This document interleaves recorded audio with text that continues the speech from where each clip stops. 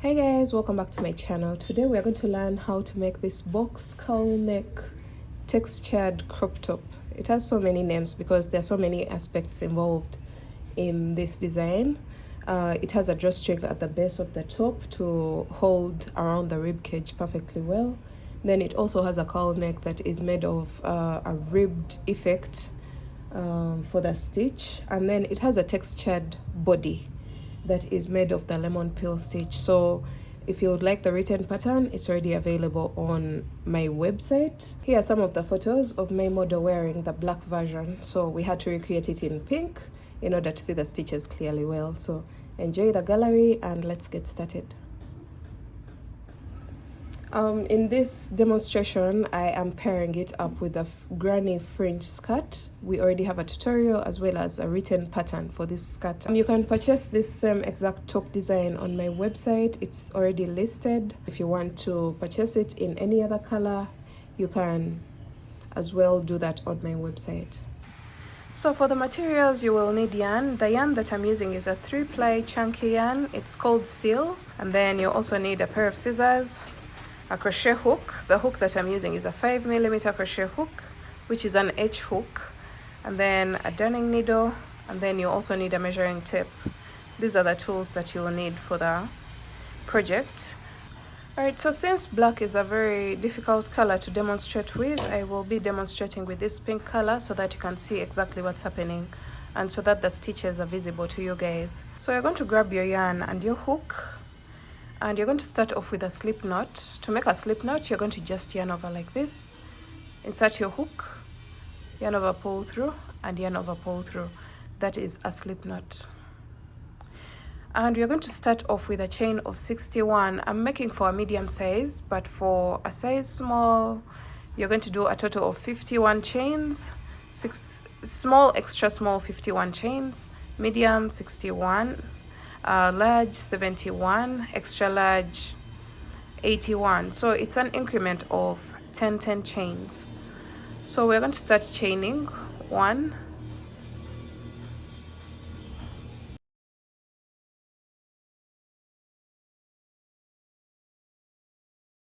so I'm through with my 61 chains, and you should make sure that your chain is not very tight.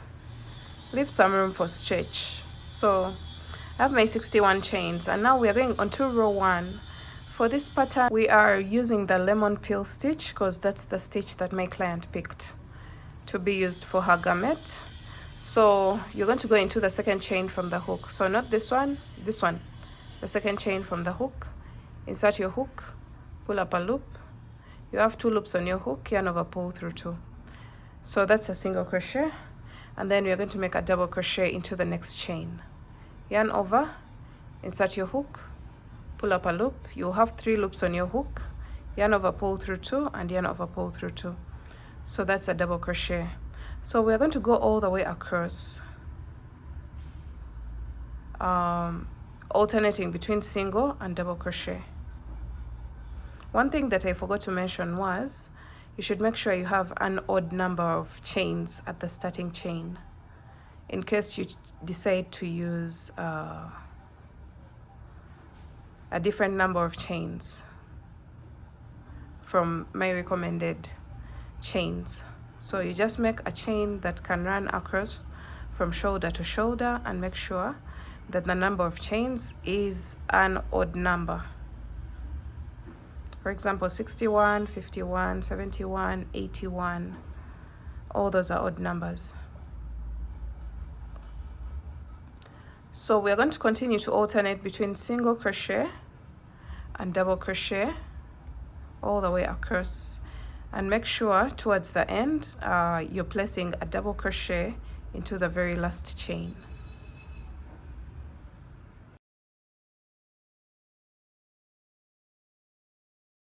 So look what we have. The texture hasn't yet started forming, but it will form as we go along and keep building the garment.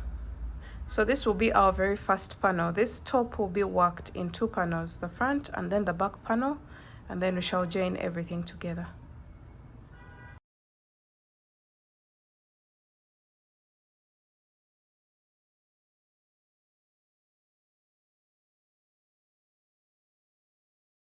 All right, so we're coming to the end of our row, and I am placing a double crochet into the very last chain of the row. So we're done with row 1. It started with a single crochet and it has ended with a double crochet, and this is going to apply to all the other rows that we are going to work using this stitch. So we're going on to row 2. You're going to make a chain of 1, turn your work, and then you're going to go into the very first stitch, which is a double crochet, and then you're going to place a single crochet. So we are just placing the opposite stitch into the stitch below. So if you have a single crochet on the previous row, which is this one, you're going to place a double crochet there, and then single crochet into the double crochet and double crochet into the single crochet.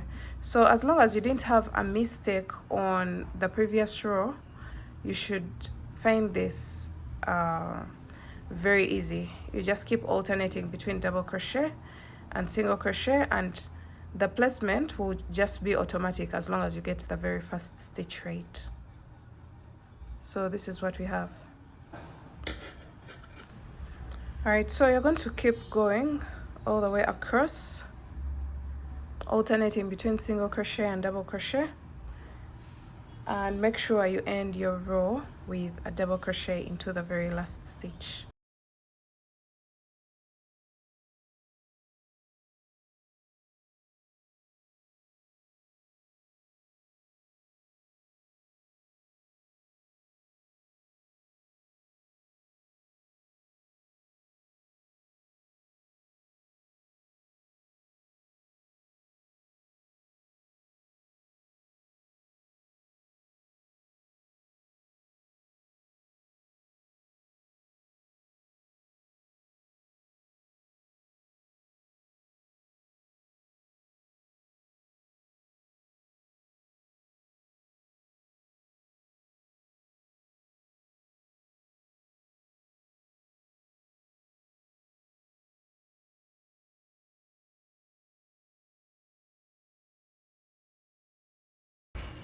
So you can see the texture starting to form, but it will be more and more evident as we go along.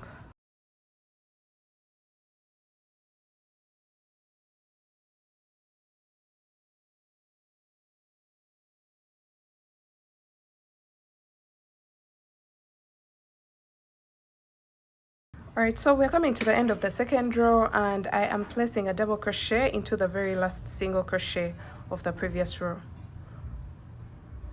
just like that. So that marks the end of row 2. So we're going to repeat row 2 again and again, and just make a chain of 1, turn your work, single crochet into the very first double crochet, and double crochet into the next single crochet. And you're going to keep alternating between single crochet and double crochet until you come to the end of the row, and make sure you always end with a double crochet into the last single crochet of the previous row. That's all that you need to remember. So I'm going to keep working my rows back and forth until this panel grows, and then I'll come back and show you what to do next.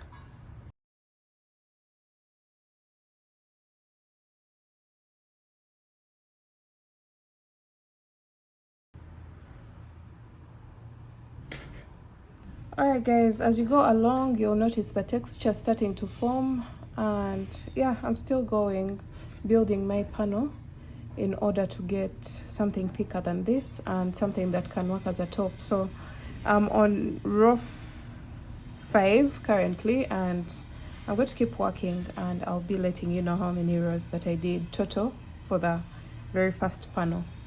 We're going to work this top in 2 panels. This is the first one, then we shall do the second one identical to this, and then we shall do the shaping later on. So alright guys, so we ended up doing a total of 29 rows, and my panel measures a total of roughly 11 inches, but you can make it as long as you want your top to be. If you want your top longer, you're going to keep working these rows until you get the length of the top that you want. And then width wise, I have a total of 20 inches roughly without stretching. And then you're going to get 2 stitch markers. And since I have a total of 60 stitches across, basing on my foundation chain of 61, I have a total of 60 stitches across, and I want a total of 30 stitches for the neckline for the very first panel. So that means 60 minus 30 will give us 30, and then you're going to divide that 30 by 2. So I'm going to count off 15 stitches on this side. 1 2 3 4 5 6 7 8 9 10 11 12 13 14 15, and into the 16th I'm going to place a stitch marker there, and then I'm going to do the same exact thing on this other side. So 1 2 3 4 5 6 7 8 9 10 11 12 13 14 and 15, and then into the 16th I'm going to place a stitch marker. From this stitch, the stitch with this stitch marker to the stitch with the next stitch marker, you should be having a total of 30 stitches. That is the basic measurement, regardless of what size that you're making for. So I have 1, let's just cross check, 1 2 3 4 5 6 7 8 9 10 11 12 13 14 15 16 17 18 19 20 21 22 23 24 25 26 27 28 29 and 30 is the stitch with the stitch marker. So we have 30 stitches from this stitch marker to this stitch marker. So you're going to repeat the same exact process. You're going to put this away, and you're going to repeat the same exact process for your second panel. So you may notice that the color changed. That's because we didn't get the same exact shade when we went to purchase the more yarn of this. We got a lighter shade, so this is much lighter than this, but maybe in the video it may show or not. But yeah, we are just doing the same exact thing. You start with the same exact foundation chain, and then do the same exact number of rows as the very first panel, and then you're going to mark off 30 stitches from one stitch marker to the other in the middle of the panel of the very last row of the panel. And then once you have your 30 stitches marked, you're going to bring back the second panel and just place one panel on top of the other. So we're going to work around the neckline, creating the pole neck. So to do that, alright guys, so after placing one panel on top of the other, you're going to grab your hook and your yarn, and now we're going to start creating the pole neck of the top. So we're going to just remove one of the panels. We're going to start with this panel. Attach your yarn in the stitch with the very first stitch marker, making sure that you're working in the opposite direction of the very last row. So you can see the stitches are facing this side. I'm placing my yarn in that stitch with the very first stitch marker. So I'm going to make a chain of 2, which counts as a very first double crochet, and we're going to go into each and every stitch with 1 double crochet. This is for the very first panel. So 1 double crochet in each and every stitch, and you should be having a total of 30 double crochets at the end of this, because you're working across until we place a double crochet in the stitch with the second stitch marker.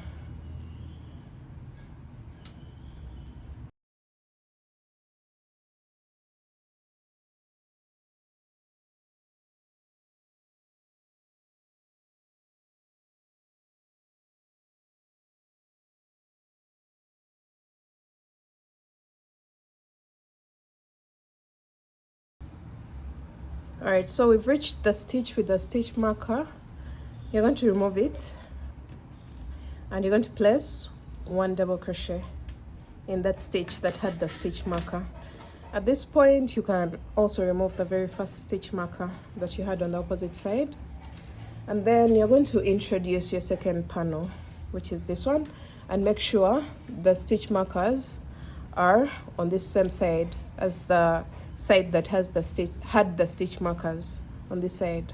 So we're going to just cross over like this, and then prepare for a double crochet by yarning over and go into the very first stitch with the stitch marker. You can remove it now and then place a double crochet there, just like that.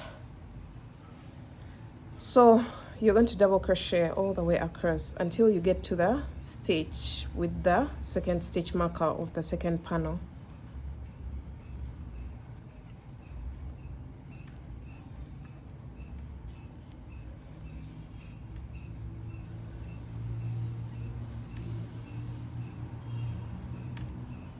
So this is basically going to create the opening of the neck, the neckline or the pole neck of the top. This is the foundation row of the pole neck.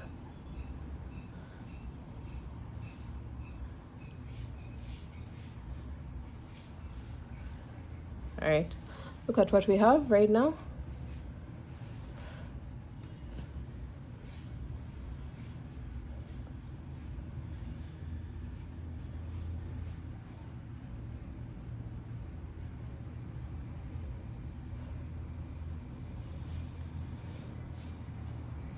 And our goal is to work in rounds. So basically, we are going to close off this round. I'll show you how to do that in a bit.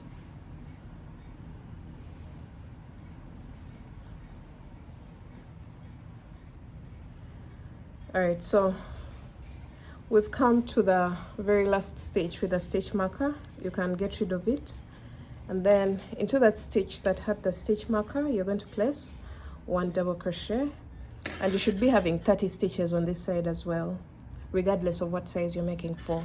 So once you get your 30 stitches on this side and on this side, you're going to slip stitch on top of the chain 2 at the beginning of the round. So remember, the chain 2 counted as a double crochet. So on top of the chain 2, you're going to make a slip stitch. Just make one slip stitch like that. So basically we have joined this panel into a round.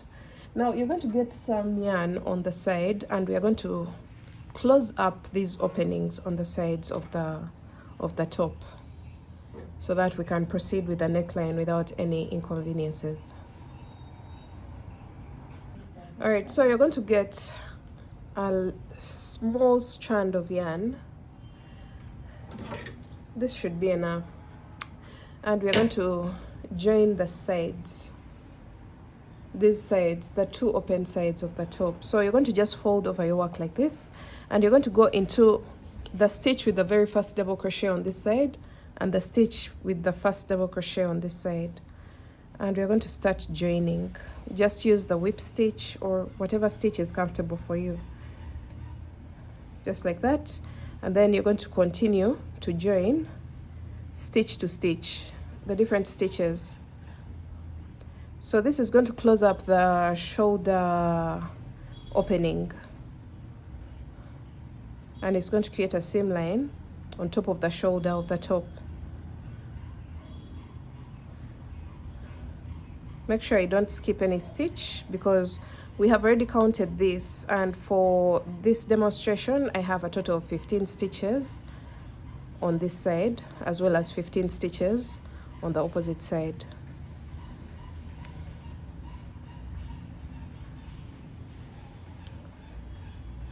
So I wanted to just join this so that everything makes sense in the end as we work on the pole neck part of the top.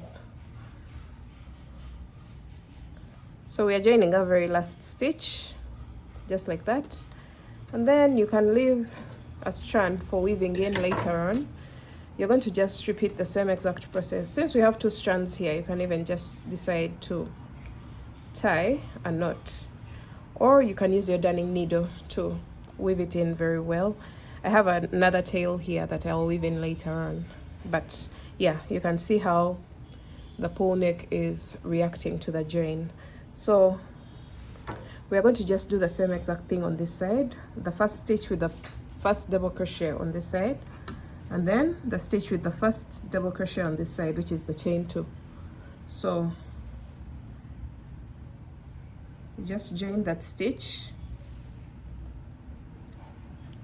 just like that, and we are going to continue sideways to join stitch to stitch until we make it to the edge of the top, the side edge of the top.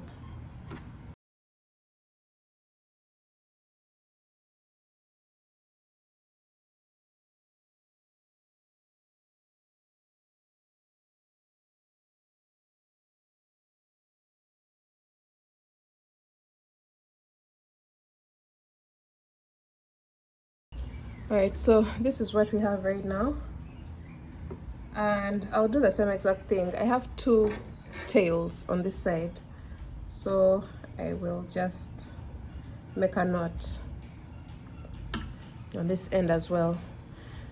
So with all this, I'm going to use my darning needle and I push these tails to the inside of the top. I'll deal with them later on.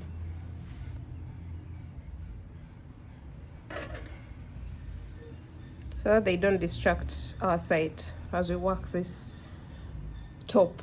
So when you fold over your top like this, you should be having something that looks exactly like this. This is the neckline opening, and then these are the seam lines on top of the shoulder. Then we're going to go on to round 2 of the neckline, and to do that you're going to make a chain of 2, which counts as our very first double crochet. We're not going to be turning our work. You just make a chain of 2 and continue working in the round. So you're going to go into the next stitch with a front post double crochet, and then a back post double crochet into the next stitch. Front post double crochet into the next, back post double crochet into the next. So you're going to repeat this all the way around, and I'll meet you back towards the end of my row or round, because now we are working in rounds. We're going all the way around the pole neck of the top, and we want this length to grow so that it can fold over. So just like we did for the Rastafarian crochet sweater dress, we are doing the same exact process here so that we can have a pole neck that's folding over. All right, so go all the way around, alternating between front post double crochet and back post double crochet, and I'll meet you back towards the end of my round.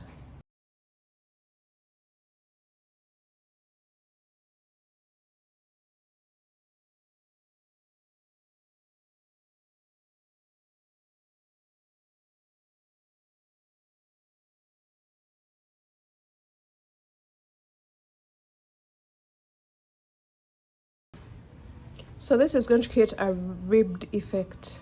The fact that we are doing front post, front post and back post is going to create a ribbed effect for our neckline.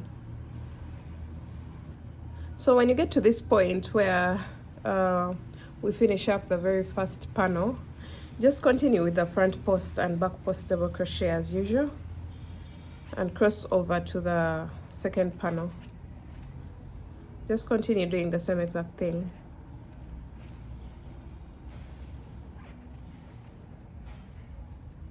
Just like that. Now we've crossed over to the second panel. As you can see, the same line is here. I hope you can see the contrast between the 2 pinks. It looks good though, but of course so many people would like the same shade, but if you don't mind, this could also pull off a design as well.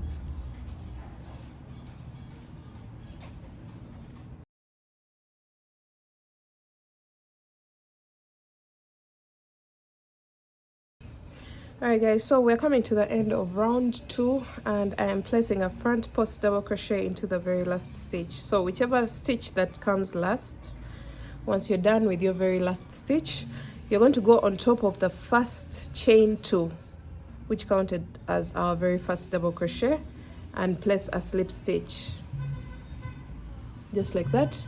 So that marks the end of round 2. So we're going on to round 3, and for round 3, as I mentioned earlier on, we are not turning our work. So you just make a chain of 2, which counts as our very first double crochet, and you're going to make a front post double crochet in each front post double crochet, and then a back post double crochet in each back post double crochet. This is going to keep things in line and maintain the ribbing lines of the neckline. So front post, back post. Wherever you see a front post double crochet, the front post double crochets are the ones popping on top of the panel, and then the back post double crochets are the ones that are pushing on the inside, just like you see that line in the middle. Then this is a front post and this is a front post. So the back post double crochets are pushed to the back, and then the front post double crochets are pushed to the front. So you're going to go all the way around, placing front post and back post double crochets in the respective stitches all the way around. And not to make this video any longer, you're just going to repeat that all the way around, and then when you place your very last stitch, if it was a front post double crochet like me, you should be ending with a front post double crochet and then slip stitch on top of the first chain 2 of the round, and then repeat that round again and again until you have the length of the neck, the pole neck that you want. I believe I'm going to do a total of 20 rounds.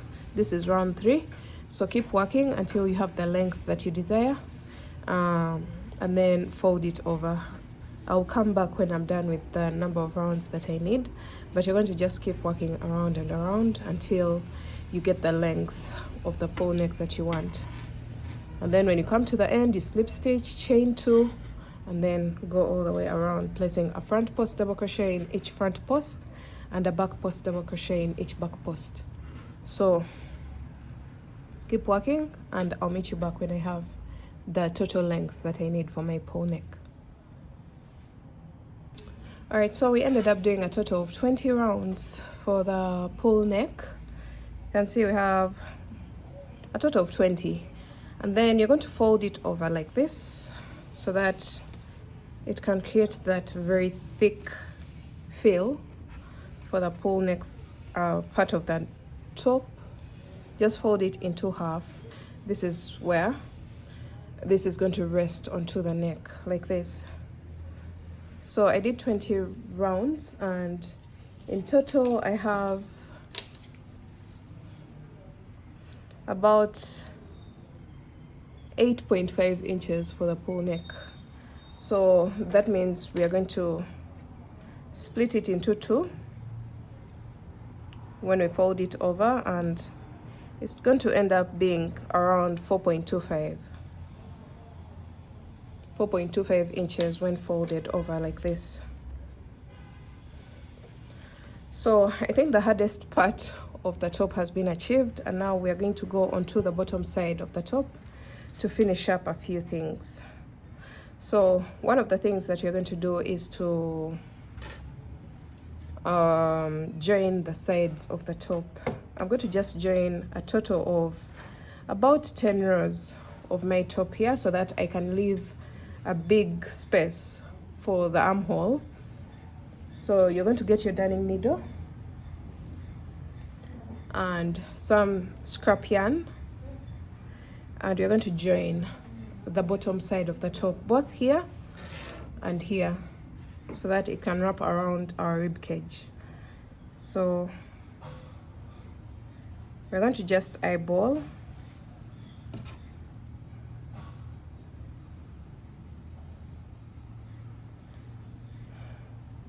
and then we start joining row to row. That's 1, 2, 3, 4, 5, 6, 7, 8, 9 and 10 rows. So once you join 10 rows here, we have this space. Make sure your arms can pass through here. You can make it bigger or smaller depending on the fitting that you're going for. Then from here, you're going to just push your darning needle to the wrong side and then remove your darning needle. We shall weave in this tail later on. Or you can just flip it over and weave it in immediately. So let me just do that. Just go in and out of a few stitches back and forth to secure this tail so that it doesn't unravel.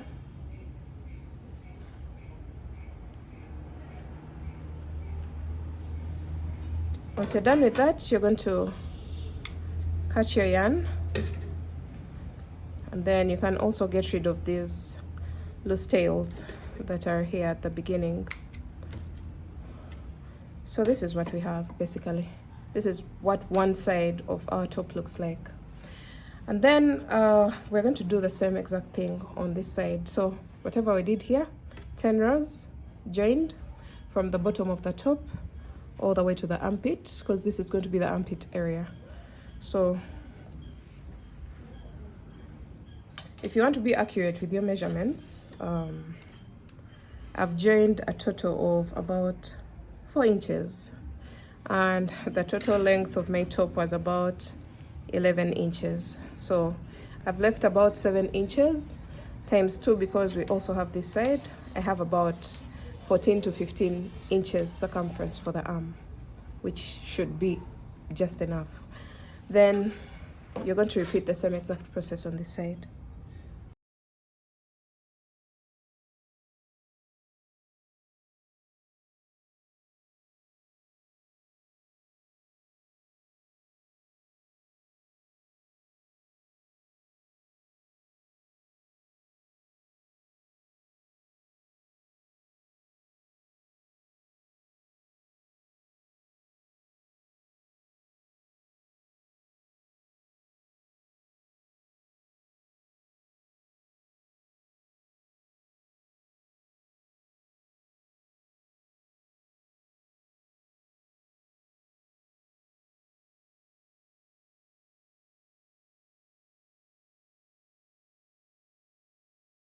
All right, now that we have both sides ready,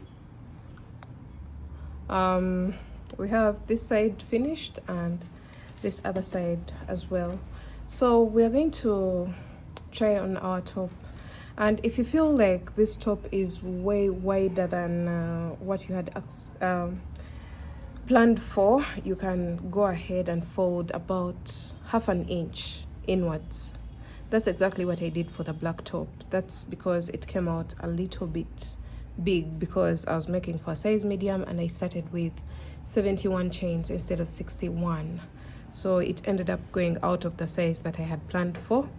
But if you find such a mistake, then you're going to fold your top in by about half an inch or an inch. And then you're going to get your darning needle and sew this area like this so that you can get a thick opening on the side of the top. So you will just sew from here, from the armpit all the way up. Sew this panel onto the base panel and this panel onto this panel using your darning needle, and this will create something that looks like this.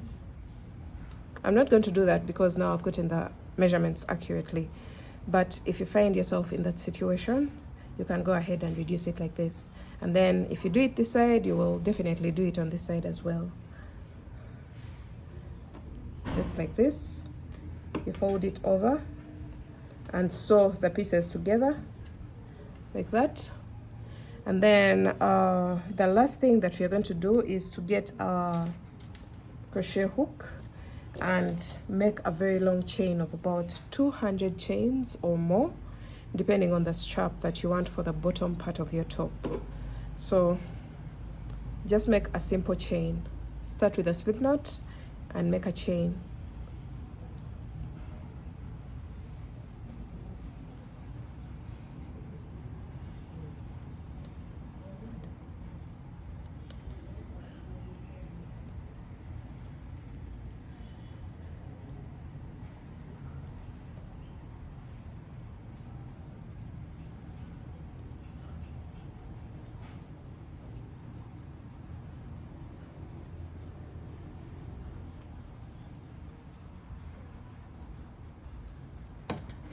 All right, now I have a total of 200 chains, and then I'm going to get my darning needle and thread my chain into it. I'm going to turn my work onto the back side, just like this. So my back side is the one with the lighter shade of pink, but any can be a front side or back side. So we're going to go in and out of every 2 stitches, starting with the middle part of the top. Every 2 stitches. You can just eyeball, and wherever you see a space for the very first round, you can place your hook or your.